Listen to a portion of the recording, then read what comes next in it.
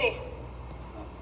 Kay, si Saba mo diha, kyaw-kyaw mo diha, kay, I may just kibaw, be ko ng kursus. Maverick be ako. I can just say, sige, undangon ka na niya. Daghan kayo mong kamao. Kamu na lang pag-stage. Halata mo yung pag-stage yung Pasigarbo. Okay. Snow, ni kayo yung anak ka sayo, no? Ang sayo lang ninyo, tulpok-tulpok muli sa inyong mga opinion, maragid mo, kamao. Anymore? So please, as I repeat, I said this at the start,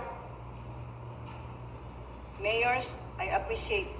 Vice mayors, tanan na ning kamot, I appreciate all of your effort, all the 50 contingents. But we are redoing the computation with the formula that I have given SGB. In fairness, para above board tanan, pamikibaw, SGB na ang recompute. After that, ihatag sa SGB ninyo, gusto mo counter-check, pero it's now SGB that is going to recompute in accordance with the weight that we will be giving the judges' scores and the online voting. Why did I do it? Kay ang mga kapalpakan ni Alberca sa mga bugat ng mga festivals kagabi could have affected the online voting. Of course, dili could have. Human nature, mawad-an kagana kung nagbalik-balik na lang ang contingent. And kung atong tagaan sa mga gibug-aton, ilang gihapon, as though it is as heavy as part of the total 100 na, di ba? Then, that will skew the injustice that was committed upon the contingents that lost their audio, their music, their graphics in the midst of their performance will be stretched into the final home run.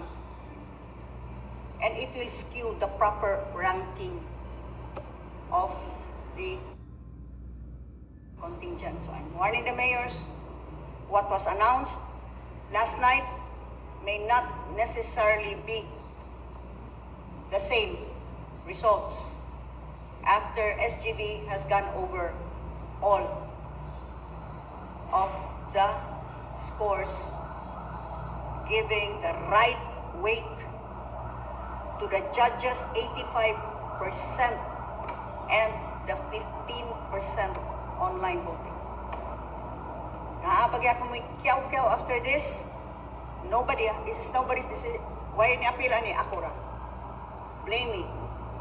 Punan na ninyong daghan karihang yawyaw, it's okay. Because I will also take the decision, cancel the Pasigarbo. And blame me again. So, di ko magsako. Di ko pareha, di ko inyong naandan diha, nga panaysi-naysi pa, buutan-buutan pa, and look, I'm just running after your votes. I really don't care.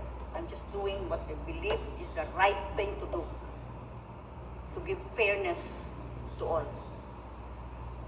Okay? Thank you. Once again, this is another chapter in our saga, in this long journey that we are with, my dearly beloved Cebuanos. This is a hard decision to make.